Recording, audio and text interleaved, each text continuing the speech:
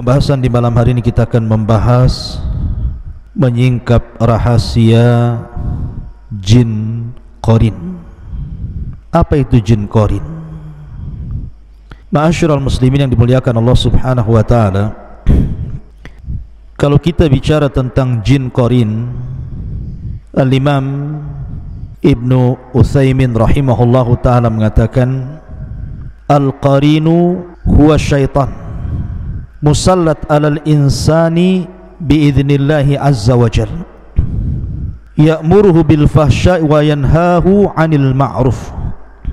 Jadi pembahasan yang kita akan bahas di malam hari ini adalah jin qarin. Apa jin qarin? Jin qarin adalah syaitan yang dikuasakan terhadap manusia, tentu karena izin Allah Subhanahu wa taala, di mana jin qarin ini memerintahkan manusia dengan fahsyah, kekejian, dan mencegah manusia untuk melakukan yang ma'ruf.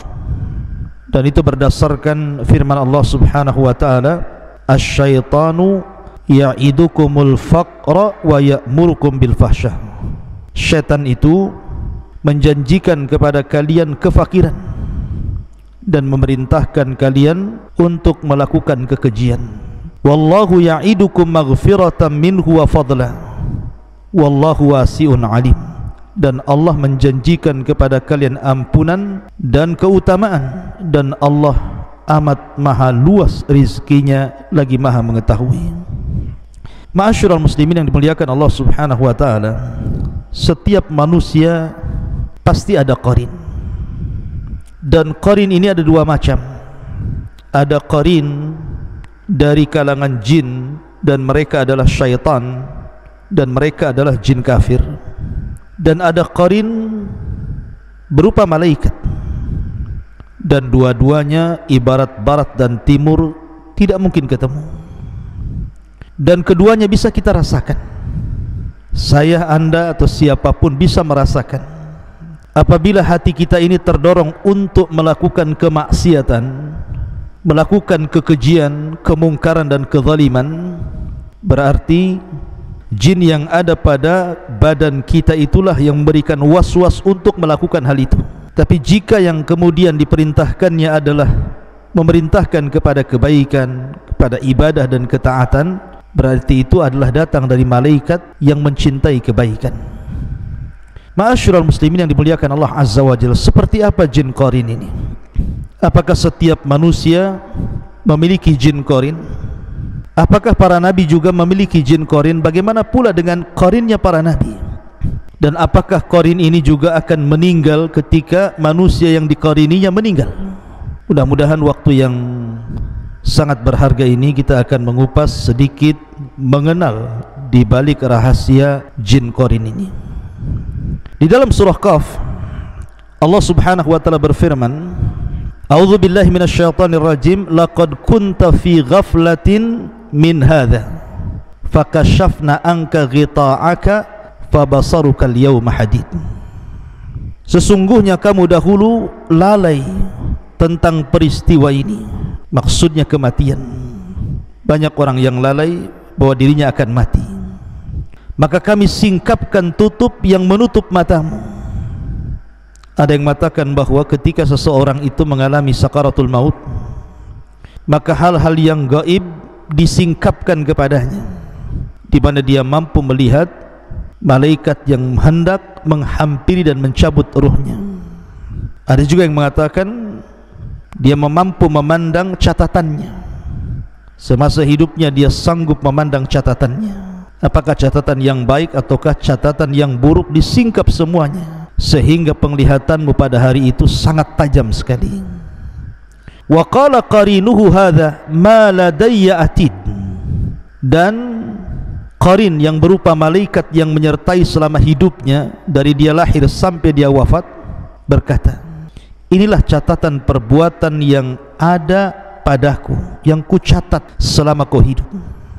Alqiya fi jahannam kulla kafarin anid. Maka Allah berfirman, lemparkanlah olehmu berdua ke dalam neraka jahannam semua orang yang sangat ingkar lagi keras kepala. Manna'ilil khairi mu'tadim murid, yang sangat enggan melakukan kebaikan, melampaui batas dan bersikap ragu-ragu. Alladzi ja'ala ma'allahi ilahan akhar fa'alqiyahu fil adzabis syadid, yang mempersekutukan Allah dengan Tuhan lainnya, maka lemparkanlah dia ke dalam azab yang sangat keras. Qala qarinuhu rabbana ma adghaituhu walakin kana fi dhalalin ba'id. Kemudian berkatalah setan yang menyertainya, maksudnya qarin yang menyertai selama hidupnya, dia pun berkata, ya Tuhan kami, aku tidak menyesatkannya, tetapi dia sendiri yang berada dalam kesesatan yang sangat jauh. Qala la takhtasimu ladayya wa qad qaddamtu ilaikum bil wa'id. Maka Allah berfirman, janganlah kalian bertengkar di hadapanku, dan sungguh dahulu aku telah memberikan ancaman kepada kalian. Ma yubaddalul qawlu ladayya wa ma ana bidzallami lil abid. Keputusanku tidak dapat diubah dan aku tidak menzalimi hamba-hambaku. Dalam ayat ini Allah Subhanahu wa taala menyebutkan dua kata qarin. Pertama, Allah Subhanahu wa taala mengatakan wa qala qarinuhu hadza ma ladayya atid. Kemudian yang kedua, qala qarinuhu rabbana ma adghaituhu walakin kana fi dhalalin ba'id. Di sini ada dua kata qarin. Ya, karena qarin itu ada dari kalangan malaikat yang mendorong kita untuk berbuat baik, dan yang kedua ada dari kalangan jin kafir, syaitan, yang memerintahkan kita untuk melakukan kekejian dan melarang untuk melakukan yang ma'ruf. Ini ayat yang pertama yang menetapkan adanya qarin. Dan kita tahu bahwa yang namanya qarin dari kalangan jin pasti kafir, dan Allah izinkan dia bersarang di badan kita lewat jalan darah kita, kemudian memberikan was-was untuk melakukan keburukan. Dia tidak memadaratkan kita, artinya tidak menyakiti secara fisik, tetapi dia memberikan was-was. Karena secara umum syaitan memang seperti itu, memerintahkan kepada keburukan, sebagaimana Allah Subhanahu wa taala berfirman, alam tara anna arsalna syayatina 'alal kafirina ta'uzzuhum azza. Tidakkah engkau melihat bahwa sesungguhnya kami telah mengutus syaitan-syaitan itu kepada orang-orang kafir untuk mendorong mereka berbuat maksiat dengan sungguh-sungguh. Memang begitulah syaitan.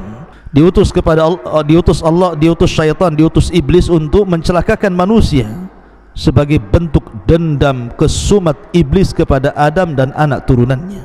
Ma'asyiral muslimin yang dimuliakan Allah Subhanahu wa taala. Kemudian ayat yang kedua Allah katakan dalam surah Zuhruf ayat ke-36, Allah Subhanahu wa taala mengatakan, wa man ya'ish an dzikrir rahmani nuqayyid lahu syaitanan fahuwa lahu qarin. Dan barang siapa berpaling dari pengajaran Allah yang Maha Pengasih, kami biarkan syaitan menyesatkannya, dan syaitan itu akan menjadi teman akrab karibnya. Di sini ada kata-kata fahuwa lahu qarin. Jadi orang-orang kalau seandainya lupa mengingat Allah Subhanahu wa taala, lupa kepada salat, lupa baca Quran, lupa berzikir, lupa bersedekah, lupa berbuat baik, berarti dia sedang diberikan waswas oleh qarin jin yang kafir syaitan itu ke dalam hatinya, sehingga kebaikan-kebaikan itu dilupakannya. Itu makna ayat ini. Jadi pada diri kita itu ada qarin yang memberikan waswas supaya kita lupa berbuat baik. Tetapi kalau seandainya hati seseorang itu dipenuhi dengan iman, dengan takwa, rajin ibadah, baca Quran, berzikir, maka qarin pun tidak bisa apa-apa terhadap kita. Karena memang dia tidak diciptakan untuk menguasai kita, tidak, hanya berikan was-was saja.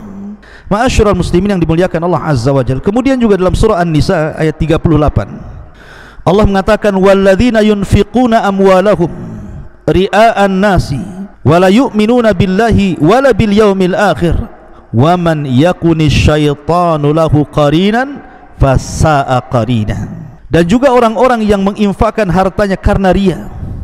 Dia berinfak hanya untuk dilihat manusia, dipuji manusia, dipandang manusia, dan kepada orang lain yang ingin dilihat dan dipuji, dan orang-orang yang tidak beriman kepada Allah dan kepada hari kemudian. Barang siapa menjadikan syaitan sebagai qarinnya, temannya, maka ketahuilah dia itu syaitan adalah teman yang sangat jahat untuknya. Di sini ada kata-kata wa may yakunish syaitanu lahu qarinan fasa'a qarina. Jadi Al-Quran menetapkan adanya qarin. Setiap manusia ada qarin. Bahkan dalam sebuah hadis dari Abdullah ibn Mas'ud radhiyallahu an, Nabi sallallahu alaihi wasallam bersabda, "Ma minkum min ahadin illa wa qad wukila bihi qarinuhu minal jin." Kata Nabi SAW, tidaklah dari kalian seorang pun kecuali telah dikuasakan padanya teman dari kalangan jin.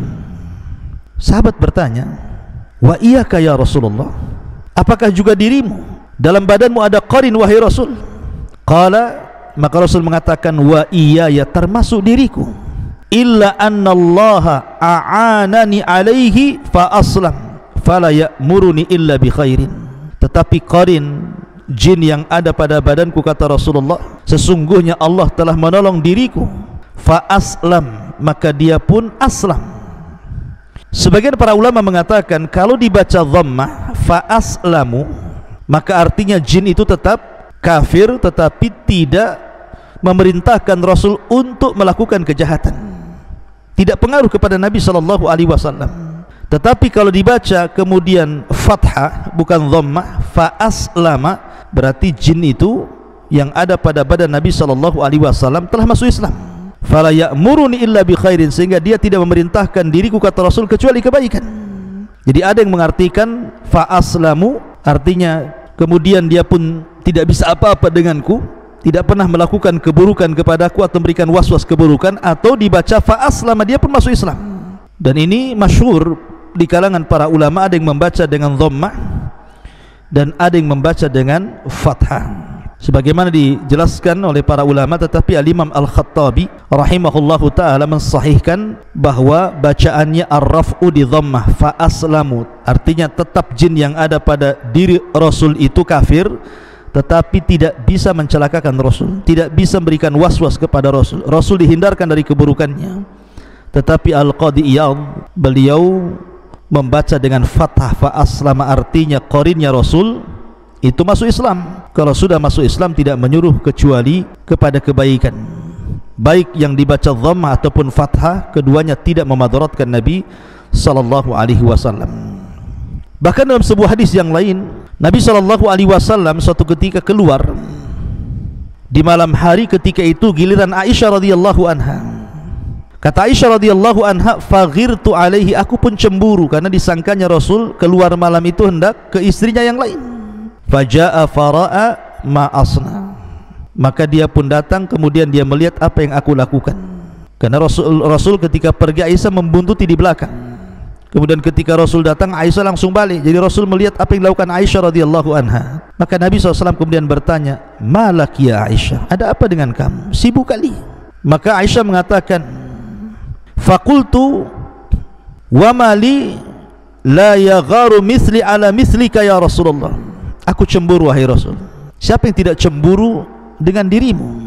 Maka Nabi SAW mengatakan, aqad ja'aki syaitanuki ya Aisyah, apakah telah datang syaitanmu? Rasul mengatakan, apakah ada setanmu dalam badanmu? Apa telah datang setanmu? Qalat, maka Aisyah radhiyallahu mengatakan, ya Rasulullah, au ma iya syaitan, apakah aku punya syaitan ataukah dalam diriku ada syaitannya wahai Rasul? Kata Rasul, na'am ya. Qultu, kemudian aku katakan, wa ma kulli insanin, apakah bukan hanya diriku, bahkan semua manusia juga ada setannya wahai Rasul? Maka Rasul mengatakan, na'am ya, semua manusia ada setannya, semua manusia ada qarinnya. Kemudian Aisyah radhiyallahu mengatakan, wa ma'aka, bagaimana denganmu wahai Rasul? Kata Nabi sallallahu alaihi wasallam, na'am ya, walakin Rabbi a'anani alaihi hatta aslam, tetapi Rabbku telah menolong diriku sehingga dia pun masuk Islam, atau dia tidak bisa apa-apa dengan diriku. Ma'asyiral muslimin yang dimuliakan Allah Subhanahu wa ta'ala, dari sini kita tahu bahwa setiap manusia itu ada qarin sejak dia lahir sampai dia wafat. Semua manusia tanpa terkecuali, mau orang biasa, mau orang saleh, mau para ulama, mau para santri, sampai kepada para nabi, dalam tubuhnya ada qarinnya. Saya, anda, siapapun ada qarinnya. Karena Allah Subhanahu wa ta'ala sudah mengizinkan kepada qarin itu untuk bersarang di hati manusia, untuk memberikan ujian, memberikan waswas kepada keburukan.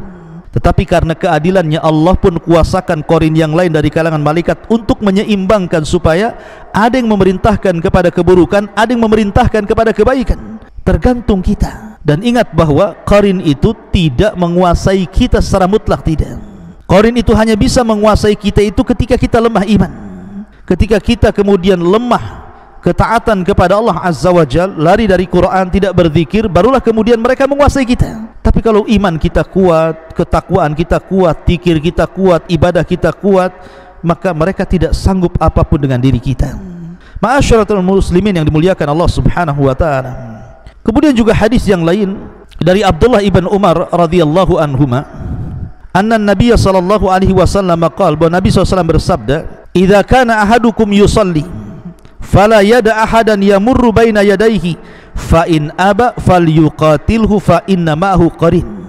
Apabila salah seorang di antara kalian salat, maka jangan sampai membiarkan orang lewat di hadapannya, cegah dia.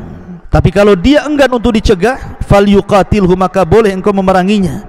Maka bersamanya ada al-qarin, ada jin yang bersamanya, ada teman jin yang bersamanya, yang tidak pernah meninggalkannya. Sebagaimana penjelasan Al-Imam Asy-Syaukani dalam kitab Al-Awtar bahwa fa inna ma'ahul qarin artinya as-sahib as-syaitan, yang menyertainya selama ini syaitan yang ada pada manusia dan tidak pernah meninggalkannya. Ma'asyiral muslimin yang dimuliakan Allah Azza wa Jalla, sebagian para ulama menjelaskan lalu apa tugas qarin selain daripada memberikan was-was itu. Ada juga yang mengatakan bahwa ketika manusia tertidur dan dia lupa berwudu, lupa membaca doa, lupa untuk ta'awud kepada Allah Subhanahu wa taala, dia pun tidur begitu saja, maka terkadang qarin ini masuk dalam mimpinya. Terkadang dia kemudian dalam mimpinya menyerupai binatang seperti ular, ataupun orang yang hitam yang menakutkan, atau sejenis binatang-binatang buas. Pokoknya dia tasyakul dalam mimpi kita sehingga menakut-nakuti kita, sehingga kemudian dengan masuknya dia dalam mimpi kita itu kemudian memberikan mimpi-mimpi buruk sehingga kita akhirnya ketakutan. Ya, karena tugas syaitan itu juga salah satunya adalah menakut-nakuti manusia. Ma'asyiral muslimin yang dimuliakan Allah Subhanahu wa taala. Tetapi ada beberapa catatan tentang masalah qarin ini. Yang pertama, qarin ini adalah syaitan yang dikuasakan kepada setiap manusia untuk mencelakakan manusia dan menyesatkan manusia. Ingat, tidak ada qarin yang baik. Karena saya pernah melihat di salah satu tayangan YouTube gitu ya, bahwa ada seseorang yang penampilannya Islami, dia mengatakan bahwa aku sudah menundukkan qarin saya. Tidak, Anda tidak mungkin menundukkan qarin. Ya, qarin itu akan tunduk kalau Anda di atas ketaatan saja. Dia tidak bisa menyerang kita lewat was-was. Tapi kalau seseorang itu lagi futur, karena manusia tidak mungkin semangat ibadah terus, pasti sewaktu-waktu akan futur. Lah, futur datang dari mana? Qarin itu yang membuat kita futur, sehingga kita malas untuk beribadah. Kemudian yang kedua, kalau kita melihat dalil-dalil Al-Quran dan Sunnah yang kita baca, bahwa tidak ada amalan qarin itu kecuali hanya berikan was-was. Artinya dia tidak menyakiti secara badan, dia tidak menyakiti secara badan, karena jin-jin itu kan tugasnya banyak, macam-macam tugas itu ada. Khusus jin itu yang menyakiti kita, entah dia diutus oleh tukang-tukang sihir, oleh paranormal untuk menyantet kita, naudzubillah gitu ya, maka itu jin khusus menyakiti kita. Tapi qarin itu tugasnya lain, dia hanya untuk memberikan was-was saja, menakut-nakuti kita supaya kita malas ibadah, supaya kita berbuat jahat, supaya kita berbuat zalim, itu saja. Dan itu kembali kepada kekuatan iman seorang hamba, karena bagaimanapun tipu daya syaitan, qarin ini bisa kita kalahkan dengan mendekatnya kita kepada Allah Subhanahu wa taala. Ma'asyiral muslimin yang dimuliakan Allah Subhanahu wa taala. Kemudian juga ketika seseorang wanita khususnya sedang haid ataupun istihadhah, ya, sebagaimana dijelaskan dalam sebuah hadis Nabi sallallahu alaihi wasallam, ada yang mengatakan bahwa istihadhah seorang wanita itu dikarenakan perbuatan qarin. Istihadhah dengan haid beda. Kalau haid memang kebiasaan wanita, setiap bulan pasti keluar, entah seminggu, entah 5 hari. Tetapi biasanya orang setelah haid kemudian datang istihadhah, darah yang menyusul. yang warnanya beda dengan darah haid, baunya beda dengan warna haid, kekentalannya beda dengan darah haid. Adapun perbedaannya, kalau istihadhah masih boleh sholat, boleh puasa, cuman dia disuruh mandi 1 kali, dan setiap kali sholat dan juga ibadah yang lainnya dicuci saja tempat najisnya. Tapi kalau haid tidak boleh. Lah ada yang mengatakan bahwa istihadhah itu bisa saja perbuatan qarin, karena Nabi SAW menyebutkan di beberapa riwayat, ada yang mengatakan hadza minasyaitan, istihadhah itu dari syaitan. Hadis Aisyah radhiyallahu anha juga mengatakan hadza irqun, kemudian raqsun minasyaitan. Kemudian dalam riwayat yang lain juga hadza minasyaitan, itu bagian daripada syaitan. Kenapa demikian? Karena orang dibuat was-was, apalagi orang tidak punya pengetahuan tentang masalah haid dan istihadhah. Disangkanya istihadhah itu haid, akhirnya dia meninggalkan salat, meninggalkan puasa, padahal wajib bagi dia salat, wajib bagi dia istihadhah. Makanya ini perlu ilmu untuk melawan qarin ini. Kalau tidak, anda kemudian terjatuh para wanita meninggalkan kewajiban Allah Azza wa Jalla. Yang harusnya anda salat, anda tinggalkan salat. Yang harusnya anda puasa, anda tinggalkan puasa, karena tidak bisa membedakan mana haid mana istihadhah. Ya, ada juga yang mengatakan seperti itu, dan itu adalah perbuatan qarin. Ma'asyiral muslimin yang dimuliakan Allah Subhanahu wa taala. Adapun apakah kemudian qarin ini mengikuti manusia sampai wafat, ketika manusia wafat ini kemudian qarinnya ikut wafat? Wallahu alam. Karena ada hadis Nabi SAW yang mengatakan bahwa idza mata ibnu Adam in qata'a amaluhu illa min thalathin, sadaqatin jariyah aw ilmin yuntafa'u bihi aw waladin salihin yad'u lahu. Apabila anak Adam meninggal dunia, maka tidak ditinggalkan kecuali, tidak dibawa ke dalam kuburan kecuali 3 perkara: sedekah yang mengalir, ilmu yang bermanfaat, anak yang saleh yang mendoakan. Dan di sini tidak ada lafaz qarin juga ikut masuk ke kuburannya. Artinya ketika manusia wafat, maka qarinnya akan keluar dan akan bertugas lagi menjadi hamba iblis dan mencelakakan manusia. Makanya saya teringat dengan as'ilah. Saya suatu ketika waktu saya belajar di Yaman, saya bertanya kepada Syekh Adnan, salah satu guru saya. Jadi ketika saya bercerita tentang peristiwa di kampung, jadi ada seorang preman meninggal dunia, kemudian karena mabok overdosis meninggal dunia. Kemudian setelah dia 1 hari meninggal dunia, heboh di kampung itu bahwa rupanya orang ada yang melihat bahwa preman itu hidup lagi, sedang nongkrong di jembatan. Dan berita ini dari mulut ke mulut akhirnya kemudian menyebar. Namanya orang kampung zaman dulu beda dengan orang kampung zaman sekarang, pada takut. Pertanyaannya, apakah mungkin orang yang sudah meninggal bisa hidup lagi kemudian nongkrong di atas jembatannya? Nah, ini saya tanyakan kepada salah satu masyayikh yang di Yaman, Syekh Adnan hafizahullah tadi, yang mengatakan bahwa boleh jadi itu qarinnya. Karena yang bisa membentuk fisik orang itu mirip dengan orang yang meninggal itu adalah qarinnya. Karena qarin adalah sahibnya, temannya. Jadi dia terputus. Jadi yang sudah meninggal, tapi qarin itu keluar. Terkadang menakut-nakuti manusia dengan cara seperti itu, seolah-olah yang sudah meninggal hidup lagi, padahal itu qarinnya. Oleh karena itulah maka tidak ada hubungan orang yang sudah meninggal dengan qarin. Artinya qarin tidak masuk ke dalam kuburan. Dia ketika orang itu meninggal, dia keluar, kemudian dia tetap bertugas sebagaimana jin-jin yang kafir lainnya berusaha untuk menyesatkan anak Adam. Wallahu a'lam bishawab. Ini diantara pengetahuan kita tentang masalah qarin.